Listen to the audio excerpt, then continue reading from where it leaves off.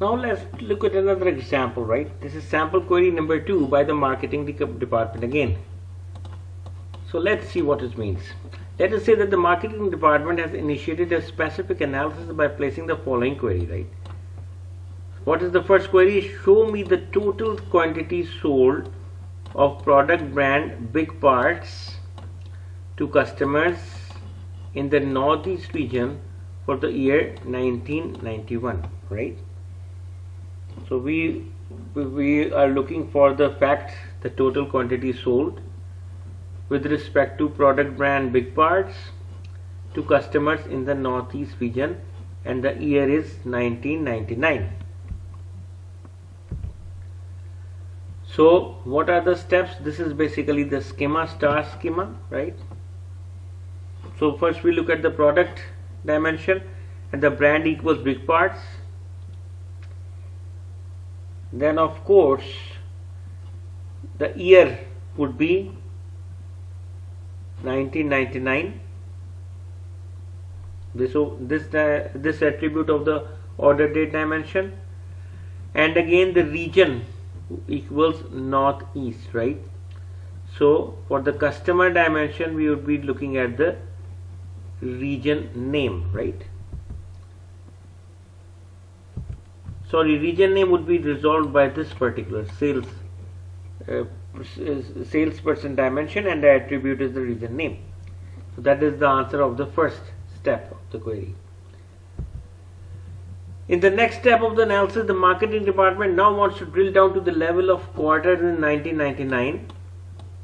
Now we are looking from the point of view of quarters. We are drilling down, and the region is the same Northeast region, and the product is the same brand Big Parts, right?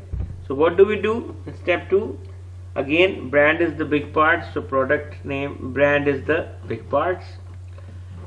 What about the time now? The time now is drilled down from the year to the quarterly, the first quarter, second quarter, third quarter, and fourth quarter. Region name is the same as the previous one, so region name remains the same. Now next, the analysis goes down to the level of individual products in that brand, right? So what would happen now? The third step, we are now looking from the product name point of view, right? Big Part 1 and Big Part 2. Then of course the year is resolved into the same attributes, right? Drill down to all the quarters, and the region name is again the Northeast region.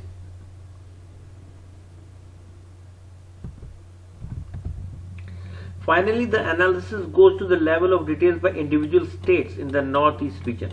Now the states, the region would be drilled down to the individual states.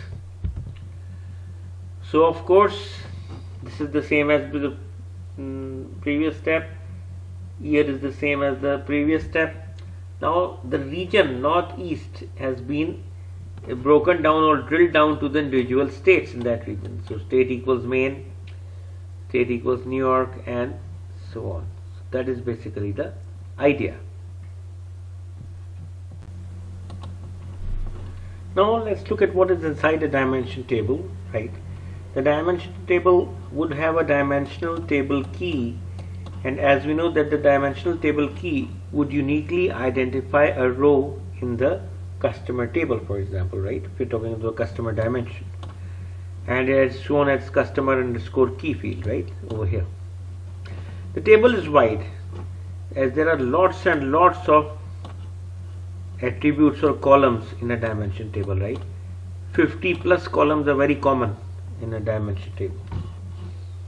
Textual attributes, almost all of the attributes of the dimension table are textual, right? They are not involved directly in calculations. That is this thing. Attributes are not directly related. There might be some attributes in a dimension table that might not be related at all, right? For example, if we are selling a product, right, the package that we are having for a product, right, it might not be directly related to any product, right? One package can be applied to any product. That might be the case. it is not normalized, right?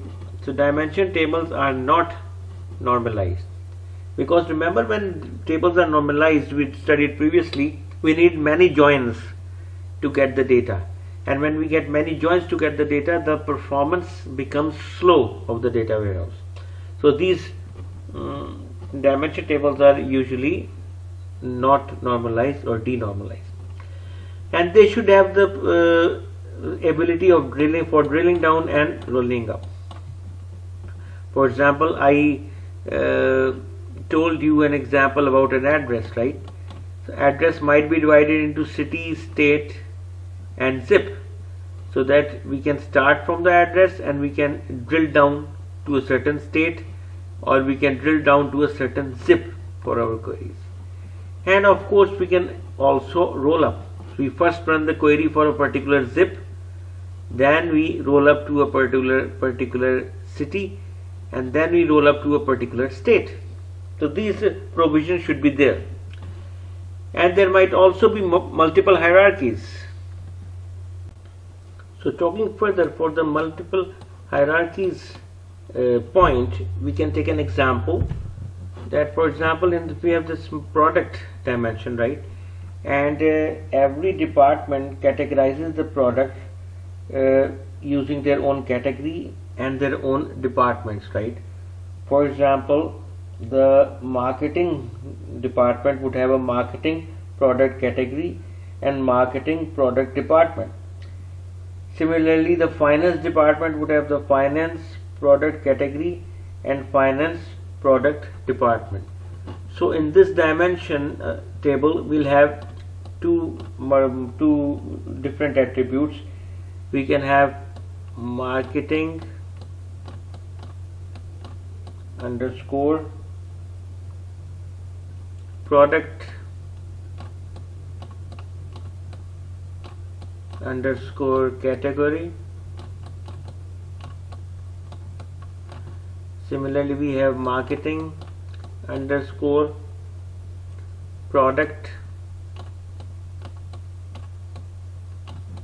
underscore department.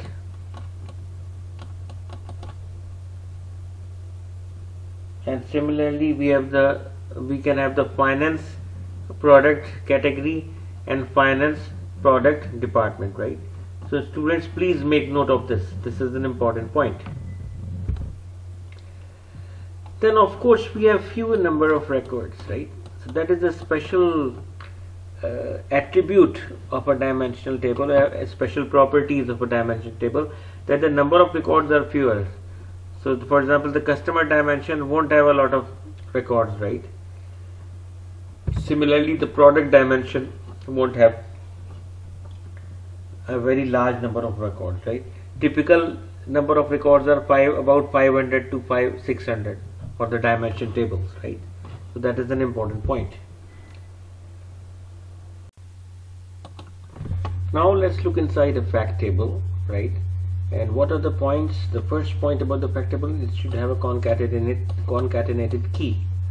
And what does it mean? That for example, we have this order facts table, right? And we are analyzing the order fact table at the lowest level, right? For example, an individual product, a calendar date, a specific customer, and a single sales representative, right? So then a single line of this order facts table must relate to a particular product, a specific calendar date, a specific customer, and an individual sales representative. So the keys of these particular dimensions must be included in this order facts table. For example, for product key, order date key, salesperson key, and customer key. That is the idea. Now data grain refers to the granularity of our measurements, right? So in this example, the quantity ordered, right, relates to a particular product ordered on a certain date for a specific customer and procured by a specific sales representative, right?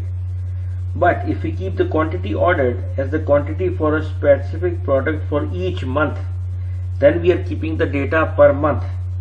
So our granularity is different and it is a higher level as compared to the required granularity. So we must be very clear and very careful about the granularity that we maintain. Now let's look at the third point, fully additive measures, right? For that example, we can look at the attributes order dollars,